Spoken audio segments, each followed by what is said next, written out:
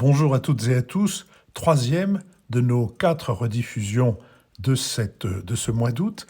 Rendez-vous avec Lou Wolff, sociologue, pour examiner avec lui comment ont évolué et de quoi sont faites aujourd'hui les pratiques culturelles des Français.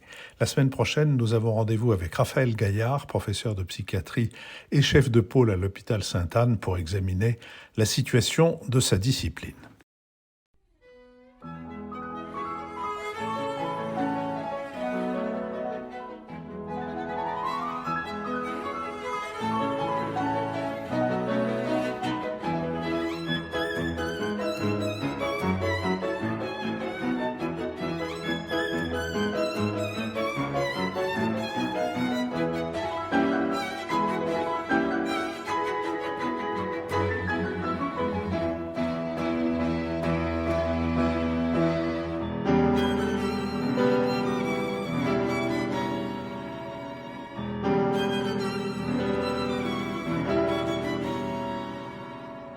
Le nouvel esprit public, Philippe Meyer, bonjour.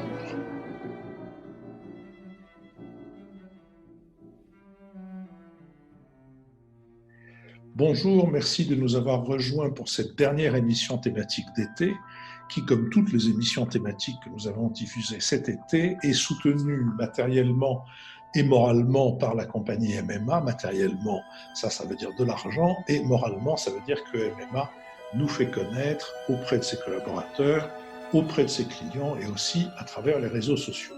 Cette dernière émission thématique de l'année, de l'été plutôt, est consacrée aux pratiques culturelles des Français et à la politique culturelle. C'est une émission pour laquelle nous recevons Lou Wolff. Lou Wolff, bonjour. Bonjour. Vous êtes donc au ministère de la Culture où vous vous occupez de l'ensemble des études. Et avec vous et avec moi, pour vous interroger, David Chase, qui est enseignant et essayiste. Bonjour David. Bonjour. Et Lionel Zinsou, qui est ancien Premier ministre du Bénin et qui est aussi économiste. Lou Wolff, donc, je l'ai dit, vous avez dirigé pour le... Je ne vous ai pas dit bonjour Lionel, pardon. Bonjour Lionel. Bonjour à tous. Lou Wolff, vous avez dirigé pour le ministère de la Culture avec Philippe Lombardo la dernière en date des enquêtes sur les pratiques culturelles des Français. La première remonte à 1973, ce qui donne la possibilité de distinguer des dynamiques à l'œuvre. Votre étude a été réalisée auprès de 9200 personnes âgées de 15 ans et plus entre février 2018 et mars 2019.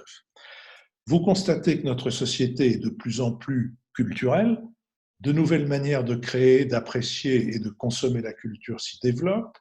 Les domaines autrefois réservés aux milieux aisés et diplômés comme la musique ou le cinéma se sont démocratisés pour attirer au quotidien des publics larges, de milieux sociaux, de lieux et d'âges divers. Toutefois, bien davantage que les politiques publiques, c'est l'essor du numérique qui a fait l'essentiel de cette démocratisation, comme il a fait l'essentiel de la réduction des inégalités territoriales.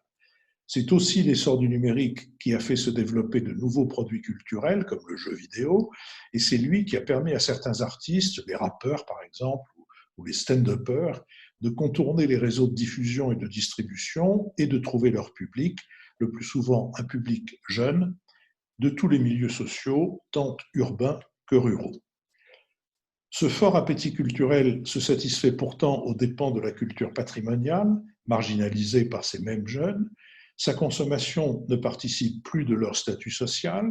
Ils lisent moins, ils écoutent moins de musique classique, ils vont moins au théâtre et ils se détournent des formes de production moins accessibles et plus exigeantes. Dans les années 70, un effet de bascule générationnelle à partir duquel les usages classiques des baby boomers ne sont plus repris par les générations suivantes participe de cette conversion à la culture numérique.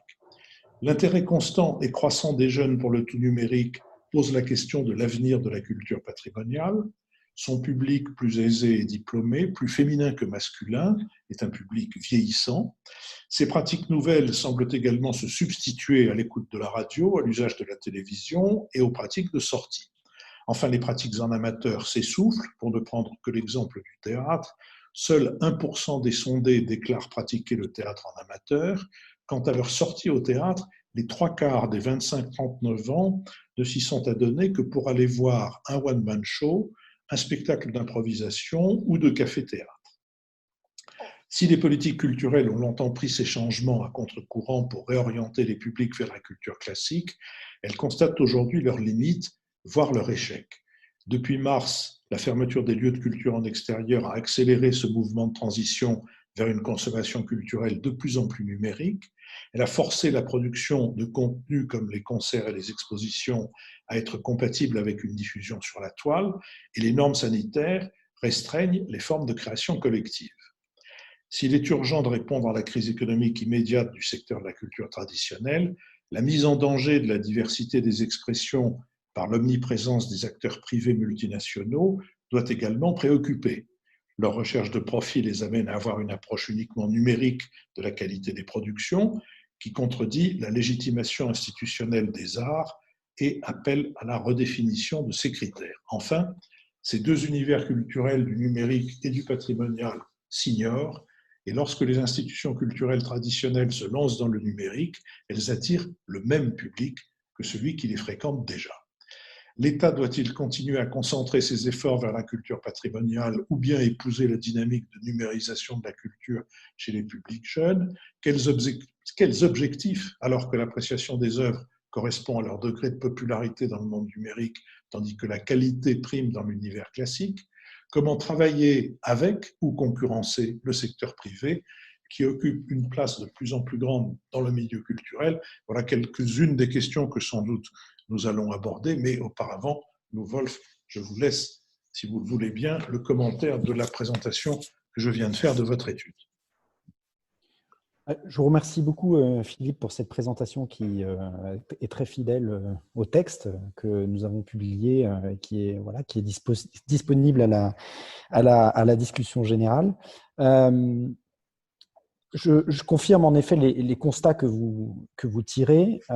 J'ajouterais que ces constats, on les assoit sur une observation qui me semble très forte et qui avait déjà été mise en lumière par Olivier Donat, qui a mené ces enquêtes, les précédentes éditions de l'enquête.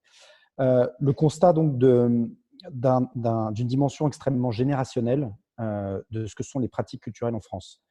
Et toutes ces évolutions que vous commentez, elles sont la conséquence de générations successives qui, chacune, dénotent un rapport à la culture spécifique et qui nous oblige aujourd'hui à réinterroger probablement la façon dont les propositions culturelles sont pensées et proposées au public. Si je peux me permettre de développer un tout petit peu ce point. Oui. Ce qui transparaît dans l'étude, c'est notamment l'importance de deux générations qu'on a essayé de mettre en lumière et qui chacune ont un rapport très, donc, comme je le disais, très spécifique à la culture. La génération du baby-boom, qui, dans bien des domaines, a eu des pratiques beaucoup plus développées que toutes les autres générations, aussi bien celles qui venaient avant elles que celles qui sont venues après elles, avec une spécificité supplémentaire qui est son goût pour la culture classique, pour la culture patrimoniale, dans tous les sens du terme, la lecture, la musique classique, les expositions muséales, etc.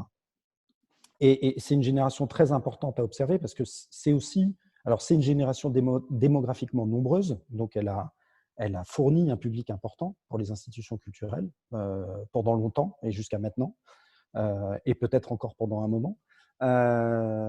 Et c'est aussi une génération qui est très déterminante dans la conception des politiques publiques culturelles notamment, et qui donc a contribué fortement à structurer l'espace culturel.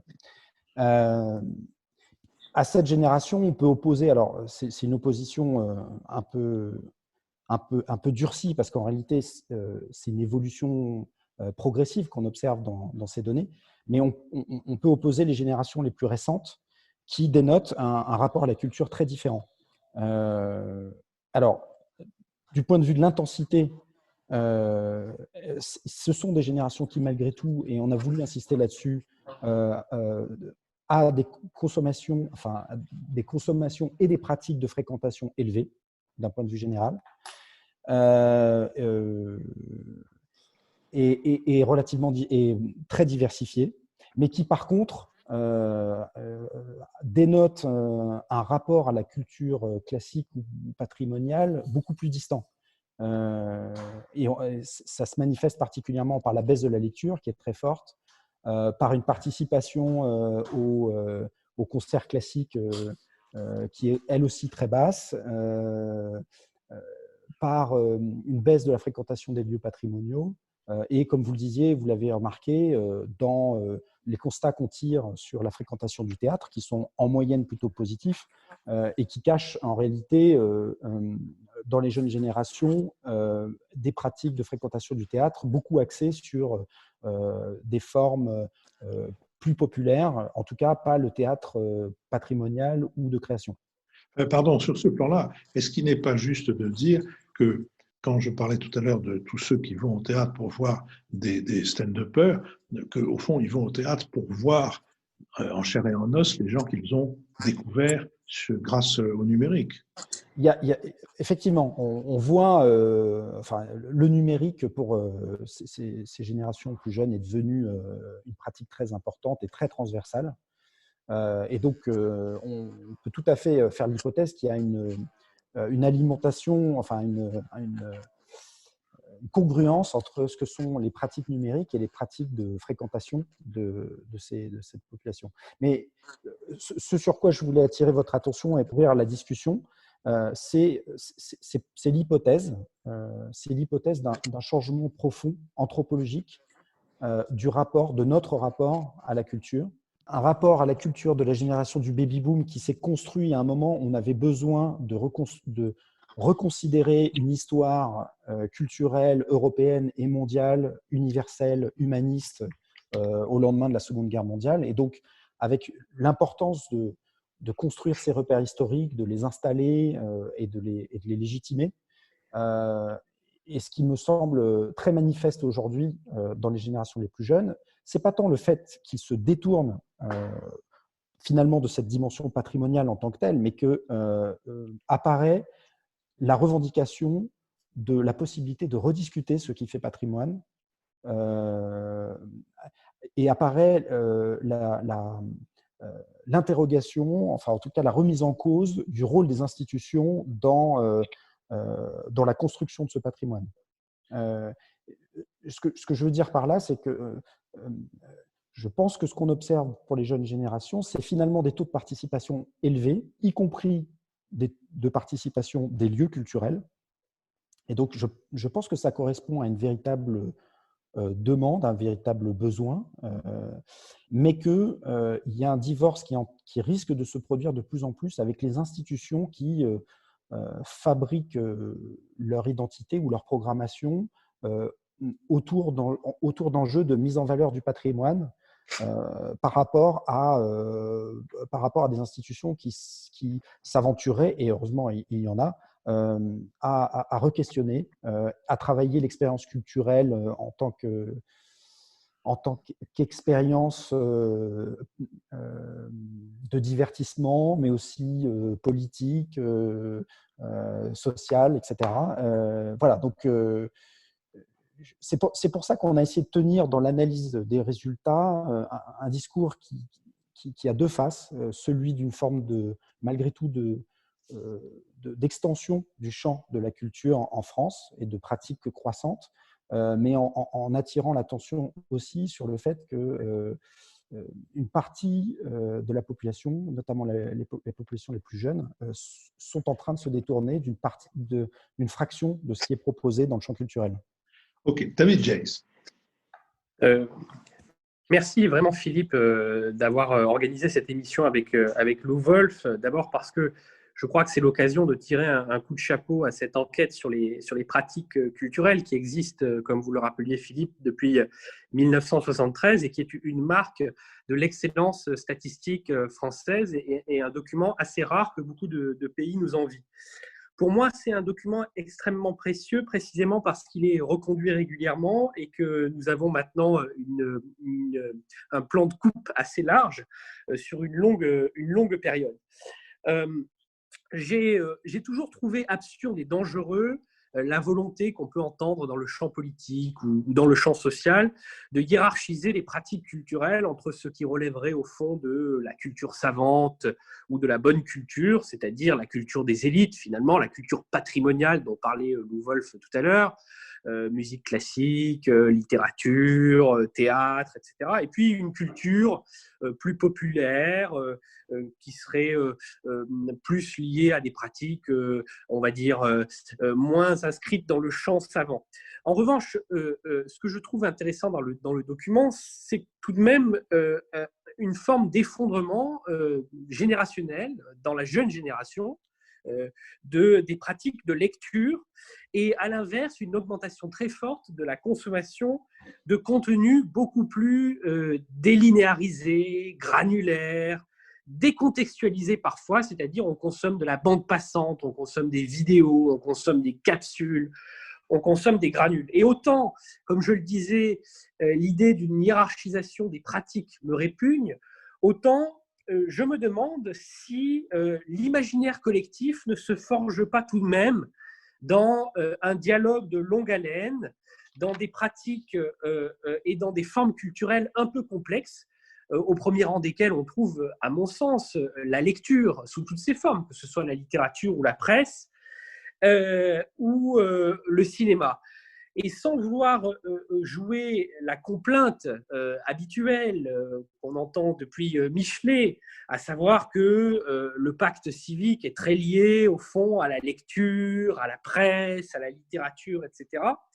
Il me semble tout de même qu'il y a un lien très fort entre le patrimoine imaginaire, les pratiques de langue, les pratiques de lecture, de littérature, et puis la vivacité, la vitalité d'une communauté politique. Et donc la question que je voudrais, pour commencer, poser à Lou Wolf, c'est au fond, est-ce que ces pratiques culturelles émergentes dans la jeune génération qui se substituent aux pratiques patrimoniales propres aux baby-boomers, est-ce qu'elles sont encore capables de soutenir la conversation publique et l'amitié civique dont nous avons besoin pour maintenir le lien politique? Et si ce n'est pas le cas, au fond, comment conserver ce rapport à la langue, à l'imaginaire et à la lecture qui véritablement est en train de se perdre, comme l'Atlantide a sombré dans l'océan dans la jeune génération? Lou Wolf. Alors, il faut d'abord que je concède quelque chose qui manque en fait à notre étude pour répondre complètement à votre question, David.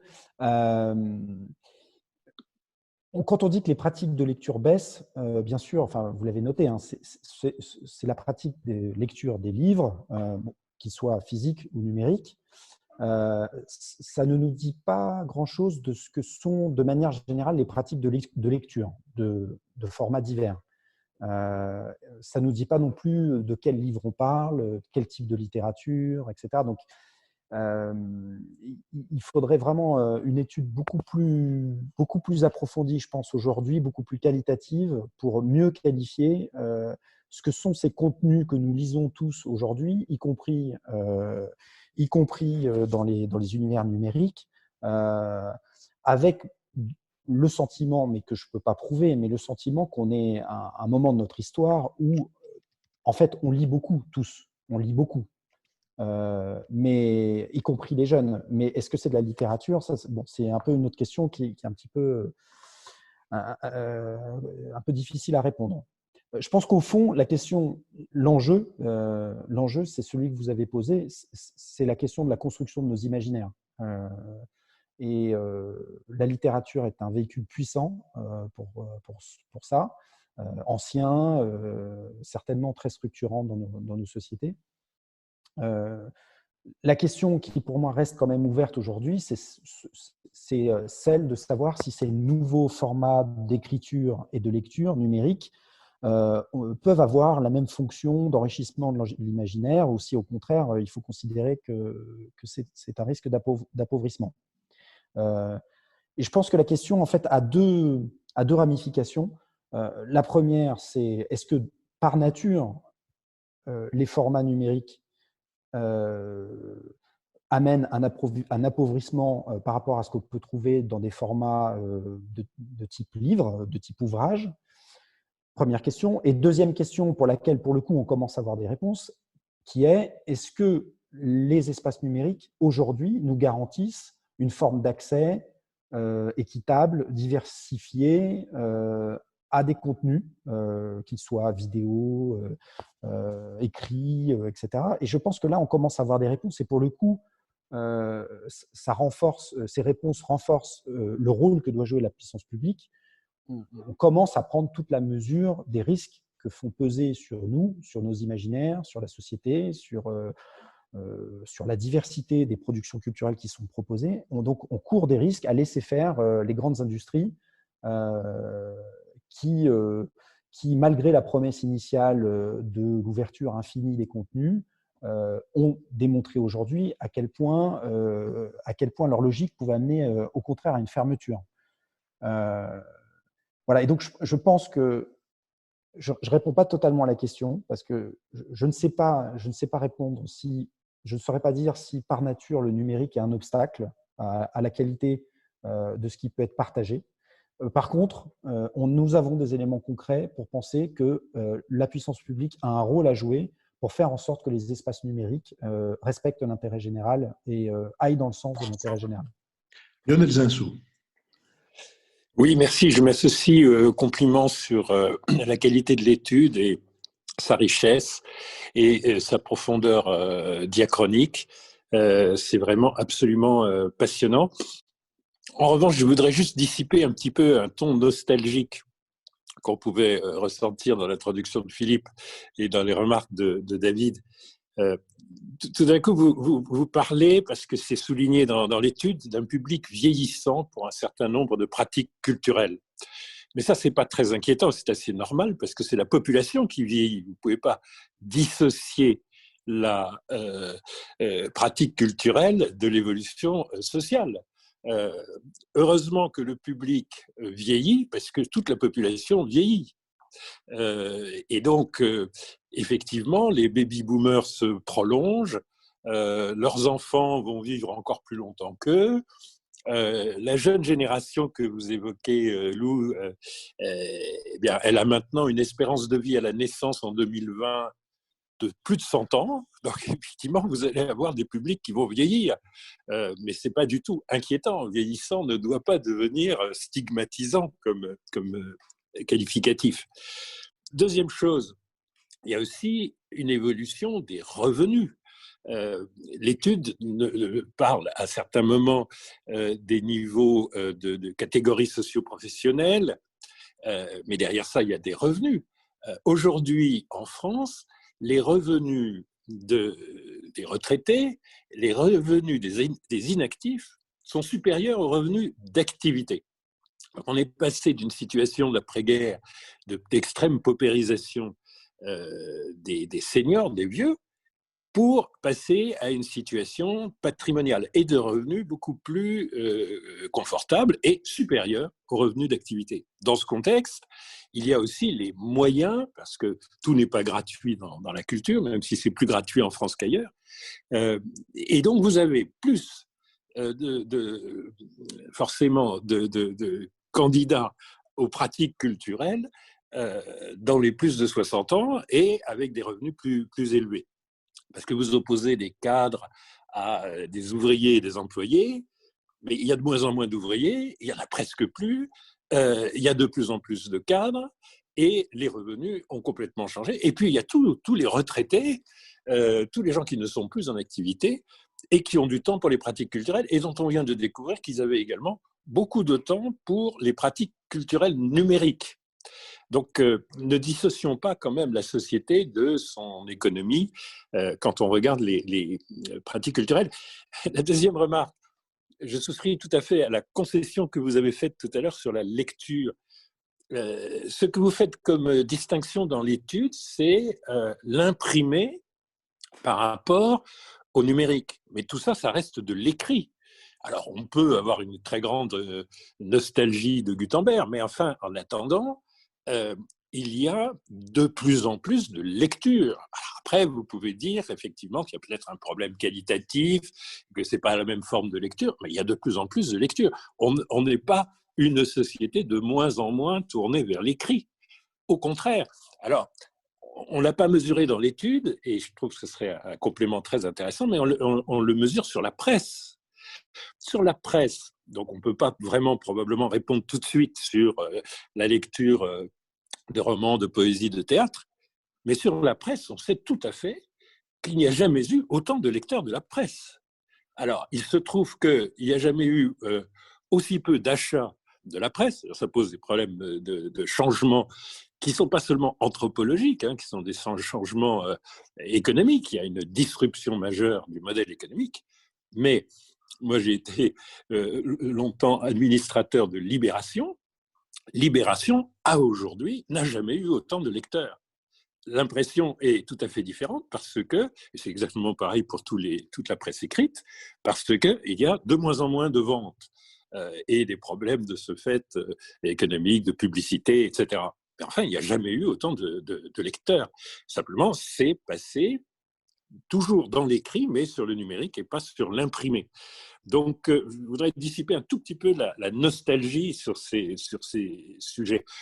Il y a également, quand vous parlez des GAFA, des GAFAM, des grands producteurs nouveaux de pratiques culturelles, il y a évidemment une mondialisation de la culture.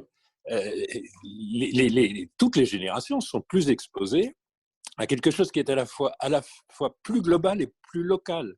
Mais ça, c'est une tendance qu'on voit dans tous les secteurs économiques aussi.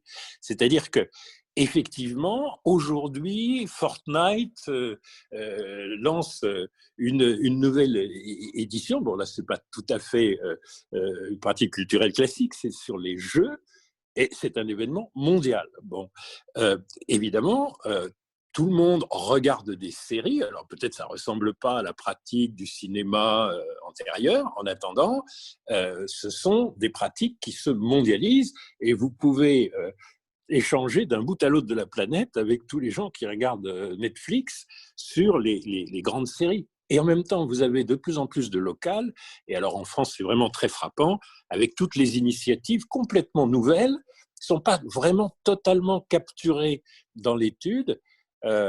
Philippe Meyer nous dira que le théâtre de rue, dont il est un des principaux animateurs, se développe, que vous avez des pratiques locales, festivalières, d'association des populations de plus en plus nombreuses.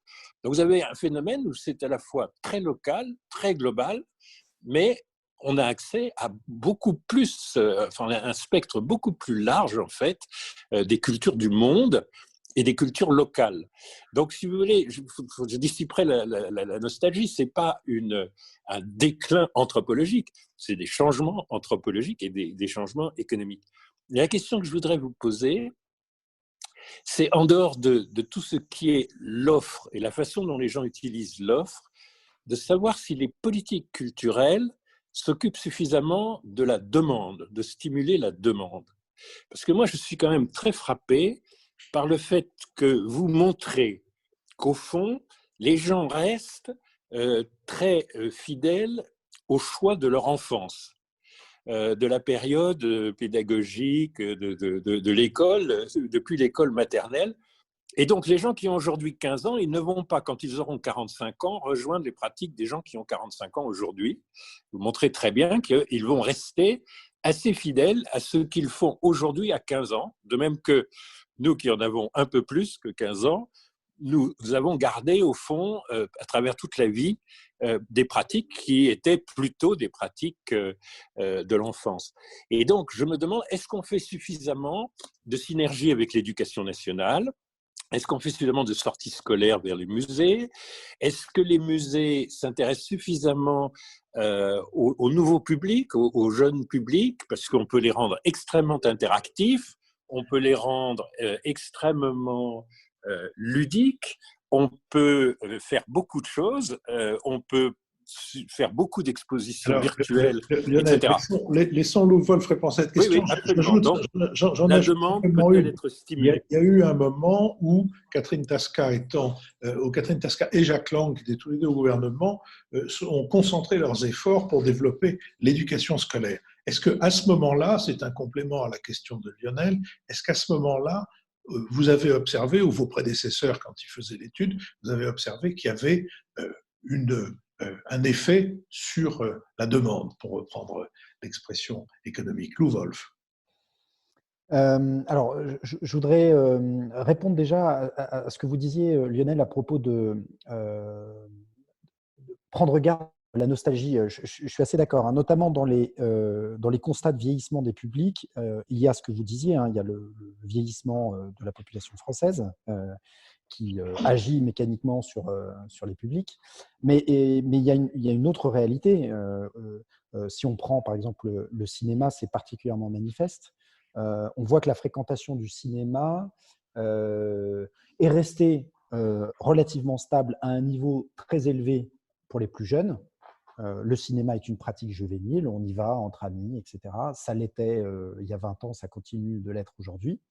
Mais que la dynamique de fréquentation des cinémas, qui est positive, elle est portée par les plus de 40 ans et en termes de taux de croissance, encore plus par les plus de 60 ans.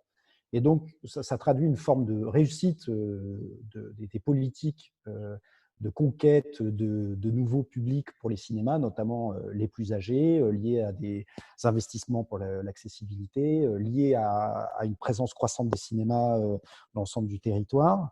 Donc, qui se traduit par le fait qu'un peu plus de personnes plus âgées viennent, donc une élévation de l'âge moyen, mais ce n'est pas le signe d'un problème structurel, me semble-t-il, pour ce secteur.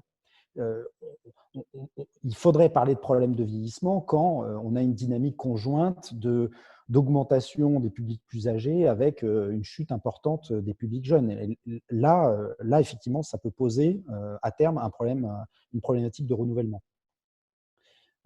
Et c'est ce qu'on observe, pour le coup, c'est ce qu'on observe pour la lecture, c'est ce qu'on observe pour la musique classique, avec donc des enjeux là très clairs de renouvellement des publics dans ces champs-là. Ensuite, donc sur la demande, c'est maintenant une thématique finalement ancienne du ministère de la Culture et des politiques culturelles que de soutenir la demande, notamment par l'éducation, alors ce qu'on appelle maintenant l'éducation artistique et culturelle.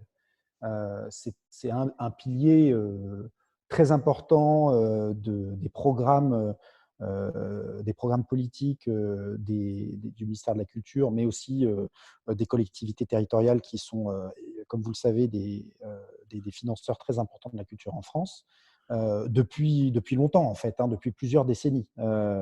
Et c'est vraiment cet enjeu de l'éducation artistique et culturelle dans la présentation des stratégies de ces acteurs-là et vient toujours très, très en avant et toujours très affirmé.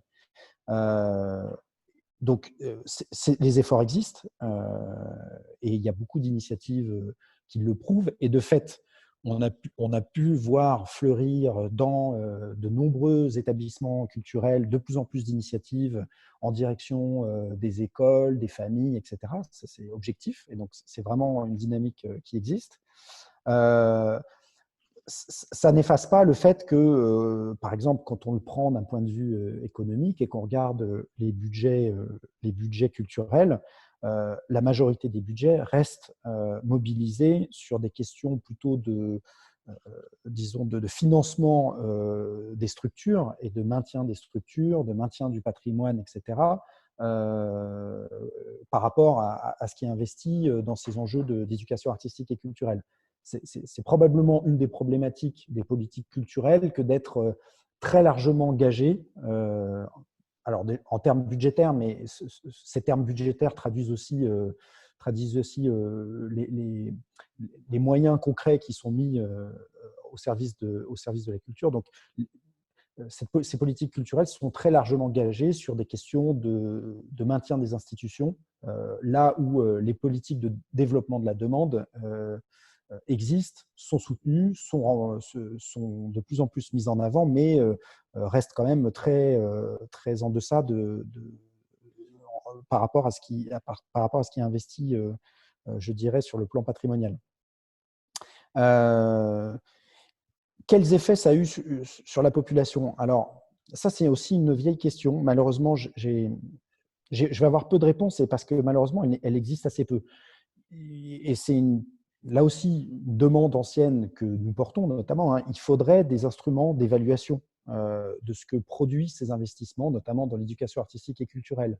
Et une évaluation sérieuse consisterait à, comme vous le savez, à comparer des cohortes qui bénéficieraient de politiques publiques de ce type-là par rapport à des cohortes qui n'en bénéficieraient pas, et pour essayer de mesurer le différentiel. Parce que le problème, c'est que si on n'a pas construit ce comparatif, on n'est plus capable de mesurer les effets spécifiques de la politique publique. On en voit juste le résultat. Et donc là, on en est là, nous, aujourd'hui, on voit le résultat de ces politiques. Elles se traduisent par le fait que, malgré tout, et c'est probablement soutenu par ces politiques, sans que je puisse le dire très clairement, mais les taux de fréquentation des plus jeunes, des sites patrimoniaux, des cinémas, des théâtres restent à des niveaux élevés. On voit une tendance qu'il faut regarder de près, et certainement dont il faudrait s'occuper, de baisse pour les plus jeunes d'entre eux aujourd'hui. Mais sur la période longue, sur les 10 dernières années, ces politiques ont réussi, malgré tout, à maintenir une présence de ces publics-là dans les institutions, sans qu'on puisse dire exactement à quel point c'est le fait de ces politiques, à quel point c'est le rôle des familles qui a joué, à quel point c'est un goût individuel de ces générations-là. Vous voyez, enfin, la preuve reste à faire. David Jays. Oui, je retiens quelques grands enseignements de cette étude passionnante, effectivement. Si j'essaie de les résumer à ma manière, je dirais, d'une part, une inflation nominale des contenus. Alors, c'est vrai que dans l'inflation, comme en économie, il y a la valeur nominale et puis la valeur réelle. Et le problème afférent qu'on n'a pas suffisamment souligné, c'est qu'il y a une captation d'une part de plus en plus importante de la valeur par une petite minorité d'acteurs, et notamment par ces grandes plateformes américaines et demain peut-être chinoises ou autres, au détriment des créateurs et au détriment, par exemple, dans la presse, des journalistes. Donc il y a quand même un véritable problème, me semble-t-il, malgré l'inflation des contenus, dans le partage de la valeur, et en particulier dans la rémunération de ceux dont c'est le métier.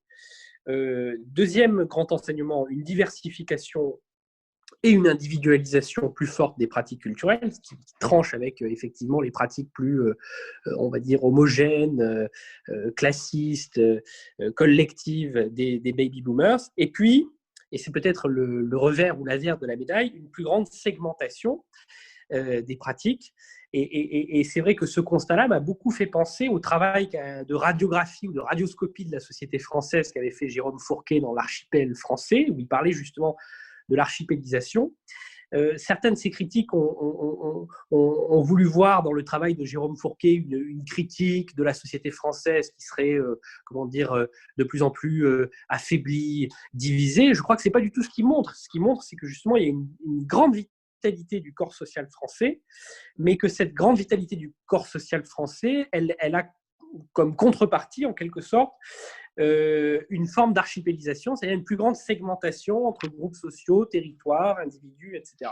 Et donc, la première question que je voulais poser à Lou Wolf, c'est au fond, vous allez me trouver obsessionnel, mais comment faire encore société avec une telle diversité des pratiques?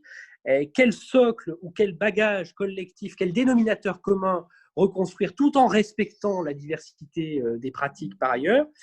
Quelle politique publique imaginer, fort par ailleurs du constat d'échec que vous pointez dans votre rapport, qui est que l'élargissement de l'offre ne s'est pas doublé d'un élargissement de la demande, notamment pour ce qui est de la culture patrimoniale. le surcroît d'offres de culture patrimoniale a été absorbé toujours par les mêmes consommateurs, à savoir les élites. Donc, effectivement, il y a peut-être, comme le suggérait Lionel tout à l'heure, quelque chose à aller voir du côté de la demande. Et je fais le lien avec ma deuxième question, je serai très bref. Je suis très lié à ma ville natale d'Agen, dans le sud-ouest, et il se trouve que l'année dernière, la municipalité et le conservateur du musée ont construit une exposition autour du peintre Goya, parce qu'il se trouve que, accident de l'histoire, il y a 5 toiles du maître espagnol dans le musée d'Agen. Une exposition très exigeante sur le plan scientifique, puisqu'il s'agissait de réfléchir sur les attributions et les désattributions de toiles, etc. Il n'empêche que malgré cette exigence, l'exposition a été un véritable succès populaire et a attiré presque 20 000 personnes, c'est-à-dire l'équivalent de la fréquentation annuelle du musée d'Agen, puisqu'on peut retrouver les statistiques sur le site de la Direction générale des patrimoines. Donc ma question est très simple. On voit qu'il y a de l'appétence à partir du moment où on construit de telles politiques publiques dans les territoires. Donc comment mieux outiller les collectivités territoriales qui se disent parfois démunies pour construire ce genre de projet? Et au fond, si je suis un peu provocateur, est-ce que la politique culturelle de demain, ça n'est pas une affaire d'aménagement du territoire et d'éducation nationale, bien davantage que de ministère de la Culture? Lou Wolf. Alors, c'est beaucoup de questions. Problème de partage de la valeur. Ne perdez pas de vue que nous sommes dans les 25 dernières minutes de l'émission. Tout à fait. Problème de partage de la valeur, je serai assez rapide parce que je pense que c'est un problème qui est clair pour qui veut bien le voir honnêtement. C'est un des grands enjeux qui se posent à nous aujourd'hui parce qu'il y a effectivement une captation de la valeur par un certain nombre d'acteurs et un très fort risque qui est posé sur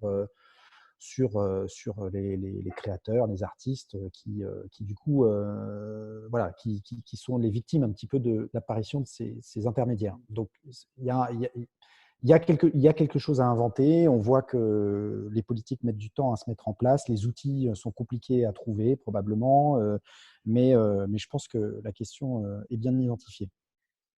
Ensuite, concernant la segmentation des pratiques et la référence aux travaux de Jérôme Fourquet, oui, effectivement, ce que montre l'enquête, c'est effectivement un risque d'archipélisation des pratiques, des communautés, des univers culturels, et un risque qui est un petit peu paradoxal parce que, d'une certaine manière, bizarrement, on est à un moment de l'histoire où les pratiques sont les plus convergentes. On a tous assez largement adopté le numérique. Il y a bien sûr encore des écarts, il y a bien sûr encore une partie de la population qui n'est pas à l'aise avec ces technologies, mais l'enquête montre quand même que cette fraction-là se réduit et va probablement être de plus en plus petite. Et donc, il y a objectivement un certain nombre d'outils que nous partageons tous, que nous utilisons tous, et pourtant, beaucoup plus que dans la génération, beaucoup plus que dans les années 70-80, où de fait, il y avait une vraie disjonction des pratiques entre des univers ruraux, entre les espaces ruraux où la télévision était omniprésente et où la grande culture se vivait dans les villes. On voit bien que ça, c'est une réalité qui s'est beaucoup transformée. Et pourtant, malgré ce phénomène de convergence objective, ces nouveaux outils, ces nouvelles formes refabriquent de la segmentation, de l'archipélisation qui, effectivement, peut inquiéter la puissance publique. Comment faire société dans ces conditions? Je n'aurais pas… comment dire, je n'ai pas les moyens d'y répondre. Je n'ai pas la réponse à cette question. Je pense malgré tout qu'une partie de la réponse est dans les enjeux qui sont de plus en plus posés en termes de revendications, de rediscussion, notamment de ce qui fait patrimoine, etc. Il y a une demande sociale forte de revoir ce que sont les grands repères de notre civilisation, de les reconsidérer à la lumière des enjeux qui nous sont posés aujourd'hui en termes dans des termes qui sont multiples, ceux du genre, ceux de l'origine sociale, ethnique, ceux des dangers qui pèsent sur l'environnement, etc. Et tous ces enjeux qu'on a aujourd'hui devant nous et que les générations les plus jeunes s'approprient complètement aujourd'hui, nous obligent à reconsidérer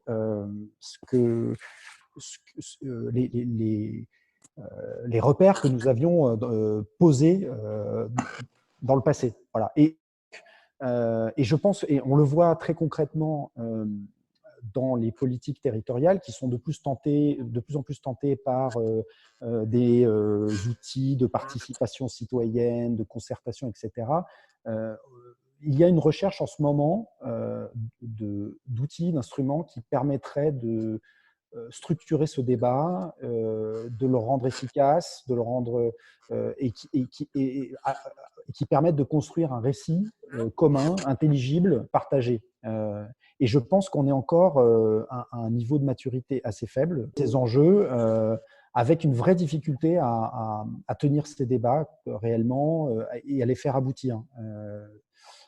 Avec la tentation, enfin un peu caricaturale parfois, des consultations numériques qui aboutissent pas réellement aux objectifs visés. Voilà. Donc, donnons la parole à Lionel Zinsou, puisque ouais. Nous sommes dans notre dernière Bien sûr. droite. Lionel. Oui, sur la stimulation de la demande et la façon de faire de plus en plus société, un témoignage bref. Mon épouse était professeure de lettres dans un collège de Trappes, qui n'est pas l'environnement le plus simple.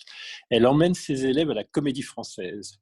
Problème, ils n'ont pas l'habitude d'aller au théâtre, ils n'ont pas l'habitude de ne pas parler pendant la représentation, ils n'ont pas l'habitude de ne pas crier. Quand ils trouvent que c'est mauvais, ils accusent les acteurs d'être bouffons, donc ça pose un problème sérieux. La fois suivante, elle leur fait jouer Phèdre dans la classe de 3e.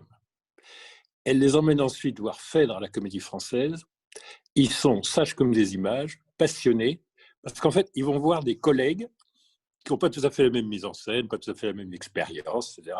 En fait, ils se sont appropriés cet élément de culture très patrimoniale, très marqué socialement, parce qu'ils sont devenus, de façon très interactive, des acteurs eux-mêmes. Et ça change complètement leur rapport.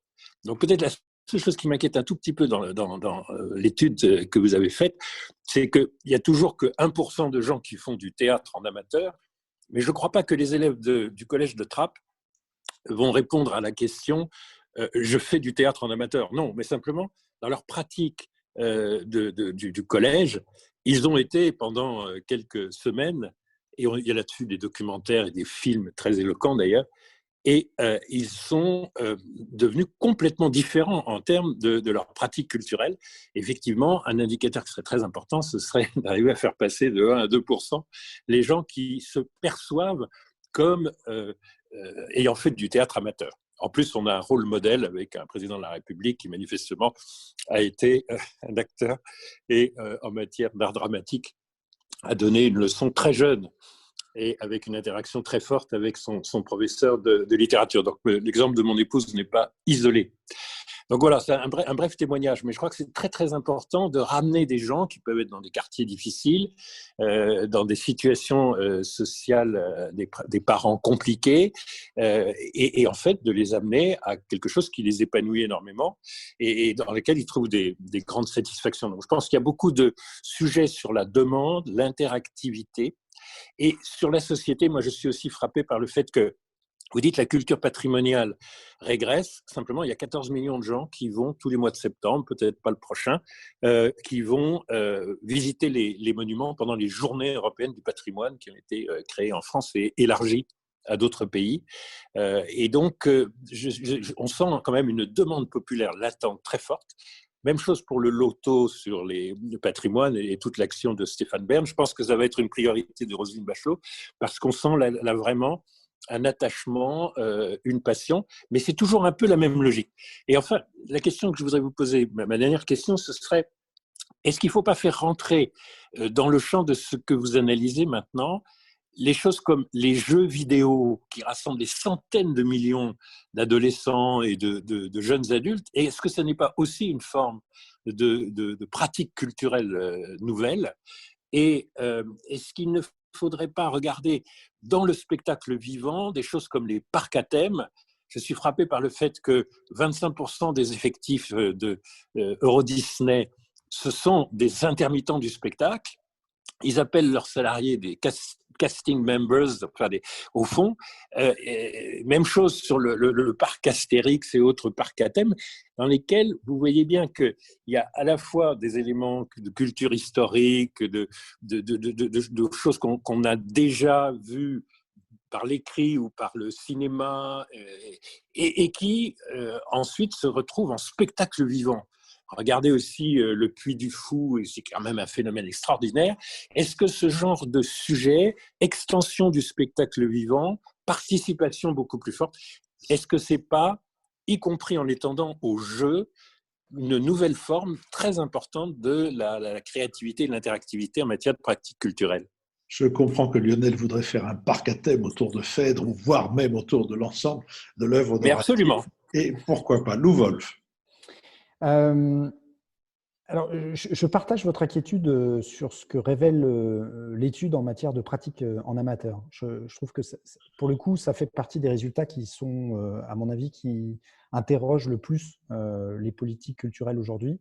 Et d'ailleurs, c'est frappant de voir à quel point le numérique, s'il a poussé un certain nombre de pratiques de lui-même, n'a pas finalement bénéficié aux pratiques en amateur.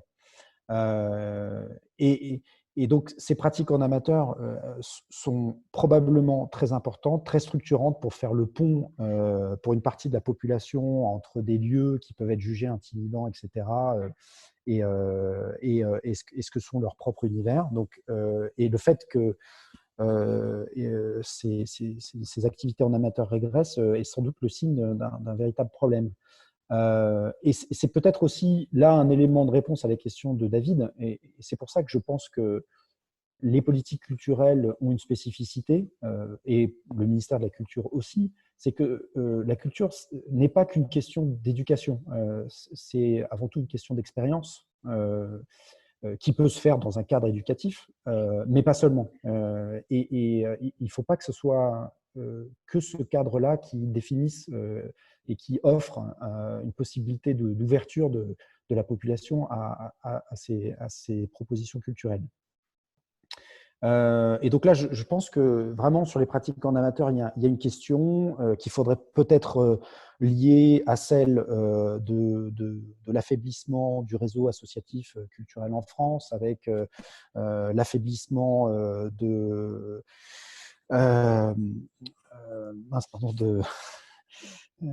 terme m'échappe. Vous voulez dire des réseaux d'éducation populaire? Voilà, des réseaux d'éducation populaire, exactement. Le rôle des réseaux d'éducation populaire qui a été à un moment donné très structurant, qui a disparu et dont on voit bien qu'il n'y a pas de remplaçant. Et pour le coup, qui pourrait donner lieu à des politiques publiques volontaristes pour essayer de reconstruire cette vitalité. Sur le patrimoine qui régresse, alors là aussi, je suis absolument d'accord avec votre constat. Hein. Il faut sans doute que je fasse attention à la façon dont je formule ce constat, hein, parce que je ne pense pas que le patrimoine régresse. Je pense que c'est un certain rapport au patrimoine qui se transforme. Que le patrimoine décidé par les puissances institutionnelles comme étant du patrimoine perd de son pouvoir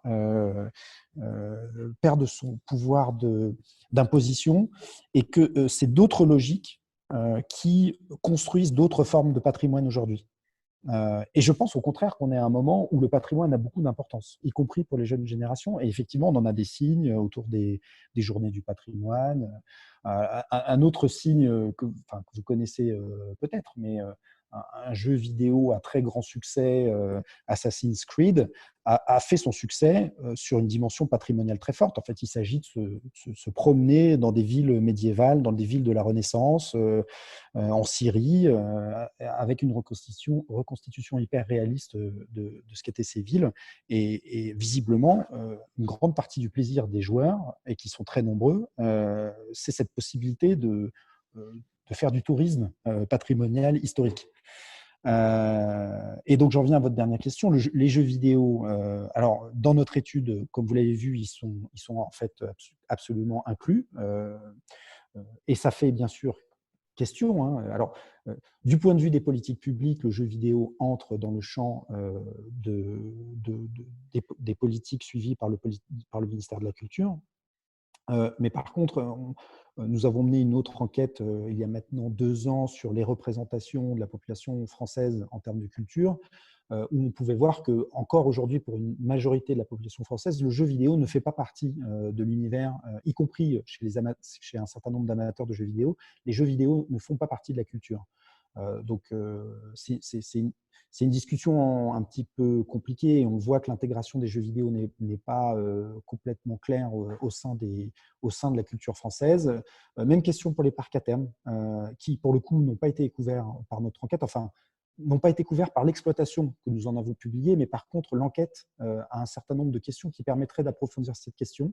Et ça fait partie des perspectives que nous soutenons en ce moment pour les exploitations complémentaires de l'enquête. Et effectivement, les parcs à thème sont des employeurs très importants d'intermittents, construisent des spectacles, et donc il faudrait pouvoir considérer pleinement leur rôle dans ce qu'elle offre, ce que sont les propositions culturelles aujourd'hui. Je voudrais vous poser une question. J'ai annoncé à une amie que nous allions faire cette émission sur les pratiques culturelles et que nous nous baserions sur le rapport que vous avez fait. Et elle m'a demandé si j'avais lu le rapport. Je lui ai dit que oui. Elle m'a demandé ce que j'en avais tiré. Et je lui ai répondu que j'en ai tiré que nous sommes passés du catholicisme au protestantisme. Je veux dire, nous sommes passés d'une situation, pas seulement d'ailleurs celle de mes 15 ans, elle a duré bien longtemps après, une situation dans laquelle, entre la culture et nous, comme autrefois entre Dieu et nous, il y avait, enfin plutôt comme dans la religion catholique entre Dieu et nous, il y avait des intermédiaires. Ces intermédiaires se livraient à des cérémonies diverses, la messe basse, la messe publique, la grand-messe, ce qu'on appelait quand j'étais au collège la messe à 3 chevaux, avec prêtres, diacres et sous-diacres, et que tout le monde était rassemblé autour de ces manifestations conduites par un intermédiaire. Et que j'ai l'impression que maintenant, on est passé au protestantisme, c'est-à-dire que chacun dit, moi, j'ai mon rapport direct dans le protestantisme avec la divinité, et dans la protestantification de la culture, j'ai un rapport direct avec la culture, et c'est même moi qui nomme ce qui est culture. Est-ce que cette comparaison à gros traits vous paraît avoir un sens? J'aime beaucoup cette idée. J'y ai jamais vraiment pensé en ces termes, mais je pense que c'est une façon efficace de poser les enjeux que nous avons aujourd'hui, à ceci près que ce rapport direct qui est revendiqué aujourd'hui, et c'est en ces termes que souvent les jeunes générations pensent leur rapport à la culture, a quelque chose de faux, parce que les intermédiaires n'ont pas disparu, ils ont changé. Et je pense qu'un des enjeux aujourd'hui pour nous est que ces intermédiaires sont en train de devenir de plus en plus souvent les industries numériques qui jouent un rôle d'intermédiaire caché. D'ailleurs, il ne faut pas faire de manichéisme. Je ne sais pas à quel point elles maîtrisent elles-mêmes totalement le rôle qu'elles jouent dans cette intermédiation. Mais en tout cas, elles ont un rôle. Et donc, je pense que ça pose de plus en plus la question de l'importance des politiques publiques et des institutions qui doivent relégitimer leur rôle d'intermédiaire et prouver à la population l'ouverture qu'elles permettent, la protection de la diversité des expressions. Il va falloir refonder ce discours et le réaffirmer vis-à-vis d'une population qui doute aujourd'hui du bienfait de ces intermédiaires. Merci beaucoup. Merci Lou Wolf d'avoir participé à cette dernière émission thématique de notre série d'été, série dont je rappelle qu'elle a été et qu'elle est soutenue par la compagnie MMA qui nous soutient financièrement et qui nous fait connaître de ses collaborateurs et aussi de ses clients. Merci à Oscar Goeb et à Cyprien Legrand avec qui cette émission a été préparée et à Benoît Carré qui va en assurer maintenant le compte-rendu analytique, autrement dit le compendium, car je vous le rappelle, le Nouvel Esprit Public est le seul podcast qui peut être écouté, mais aussi qui peut être lu grâce précisément à ce compte-rendu analytique que vous trouvez sur notre site. J'ai le plaisir de vous annoncer que la semaine prochaine, nous nous retrouverons pour commenter l'actualité, reprendre le cours de nos émissions ordinaires. Nous nous retrouverons en public à l'école alsacienne. Le nombre de publics sera limité, mais si vous voulez bien vous inscrire maintenant sur WizEvent, vous avez encore des chances. Il y a déjà évidemment des gens qui se sont inscrits, mais vous avez des chances de pouvoir trouver une place. J'espère donc vous retrouver la semaine prochaine à l'école alsacienne ou à travers vos ordinateurs, vos téléphones et vos iPads.